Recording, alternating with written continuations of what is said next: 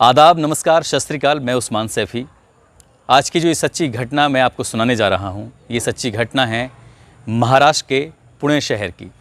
दरअसल यहाँ का एक थाना है बनवाड़ी, और इसी थाने क्षेत्र में रहने वाली एक लड़की जिसकी उम्र 14 साल है। उसके माता और उसके पिता किसी नर्सरी में नौकरी करते हैं, काम करते हैं, पेड़ पौधों की रखवाली उनको तैयार करते हैं। ये 31 अगस्त की रात 10 बजे के आसपास की वारदात है। ये लड़की अपने एक दोस्त से मिलने के लिए पुणे के रेलवे स्टेशन पर पहुंच जाती है। वहां जाकर उस लड़के का इंतज़ार कर रही थी। रात के 10 बज चुके थे, मगर उसका दोस्त नहीं आया, जिसको लेकर वो परेशान होने लगी। अचानक ही उस लड़की पर एक ऑटो वाले की नज़र पड़ जाती है, और जैसे ही ऑटो वाले की नज़र पड़ती है, ऑटो वाला उससे पूछता है कि तुम क्यों रो रही हो, क्यों परेशान हो, क्या मैं तुम्हारी कोई मदद कर सकता हूँ। तो लड़की को एक सहारे की ज़रूरत थी।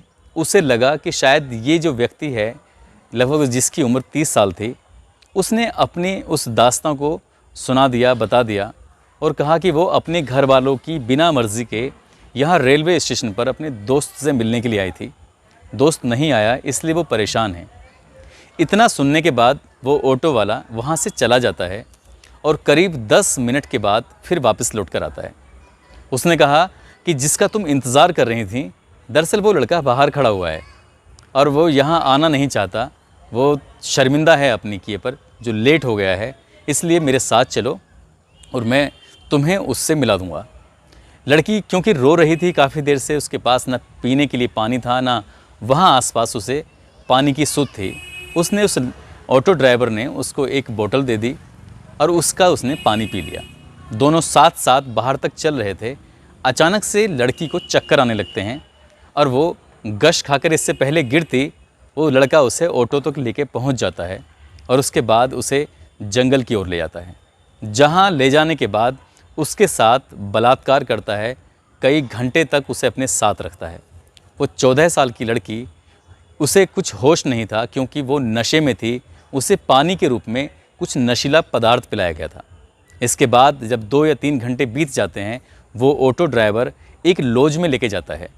वो एक छोटा सा होटल होता है। उस होटल में जब लेके जाता है तो वहाँ पर पहले से ही कुछ लड़के, कुछ और युवक इंतज़ार कर रहे थे। लड़की एक कमरे में जाती है।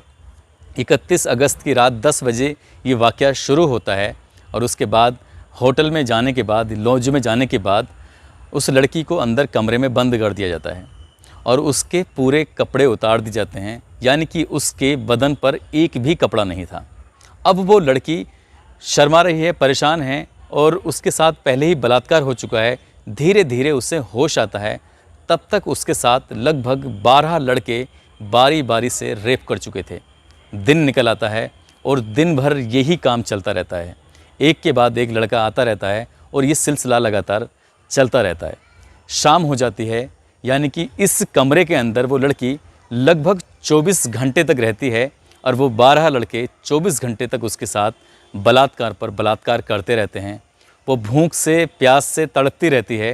वो कई बार कहती है कि मुझे खाने के लिए कुछ दे दो, मुझे पीने के लिए पानी दे दो, मगर कोई भी उसकी गुहार नहीं सुनता, उसकी कोई पुकार नहीं सुनता। उसकी चीखों की आवाज़ भी उस कमरे से बाहर जा भी रही थी, तो ना जाने क्यों वो होटल मालिक या वह आसपास के लोग उन आवाज़ों को सुन ही नहीं पा रहे थे।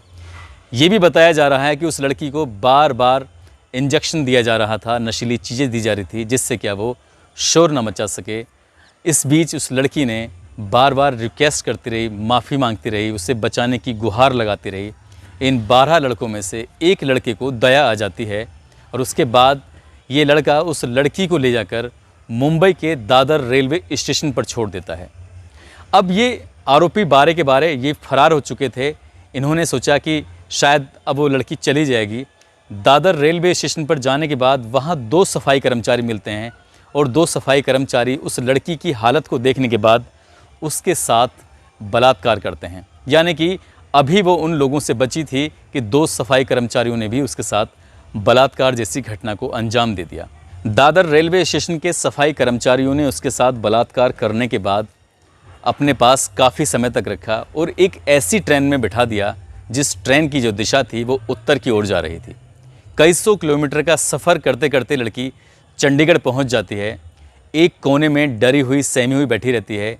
इस बीच न जाने कितने लोग आते हैं जाते हैं, मगर किसी भी व्यक्ति की नज़र उस लड़की पर पहुंची ही नहीं।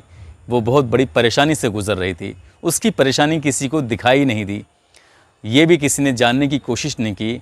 48 घंटे से ज़्यादा उसके साथ 12 अलग लोगों ने, 2 सफाई कर्मचारियों ने बलात्कार किया था। उसके साथ इतनी दरिंदगी हुई थी, न जाने क्यों किसी की उस पर नज़र ही नहीं जा रही थी।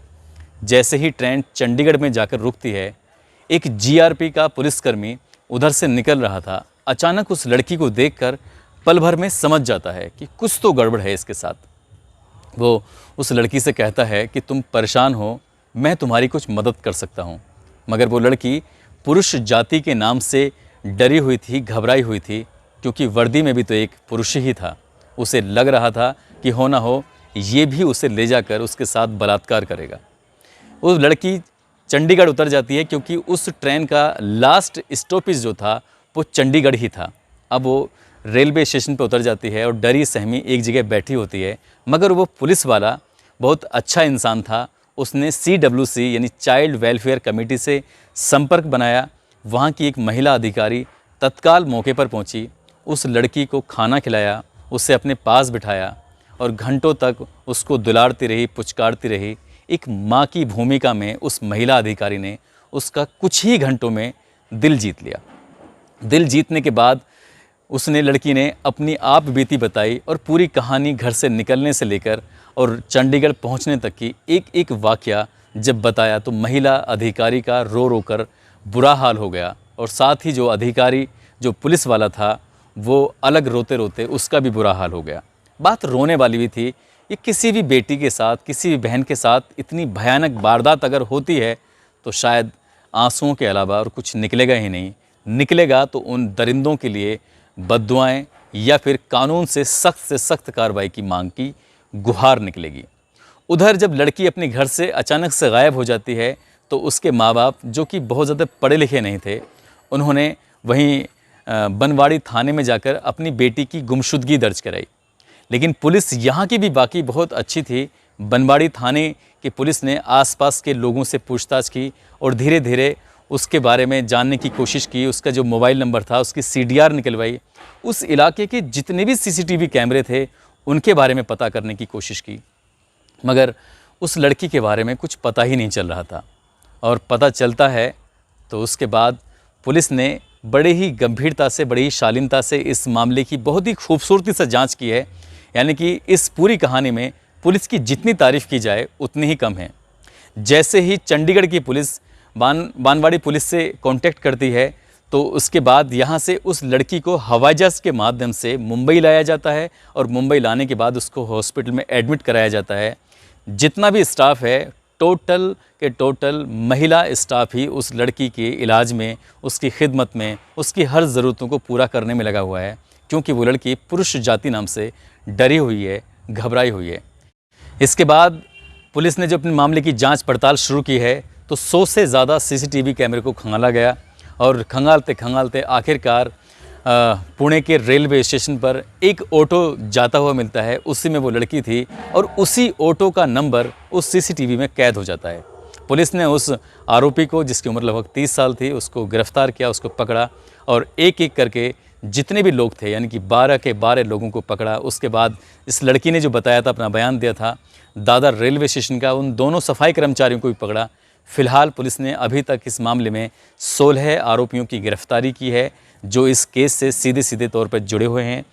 मुंबई पुलिस की प्राथमिकता है कि इस मामले को फास्ट ट्रैक कोर्ट में चलाया जाए, ताकि अगले 10 से 15 दिन में या लगभग 1 महीने में इस केस में निर्णय आना चाहिए और जितने भी दरिंदे हैं, जितने भी आरोपी हैं, सबको फांसी की सज़ा कम से कम होनी चाहिए।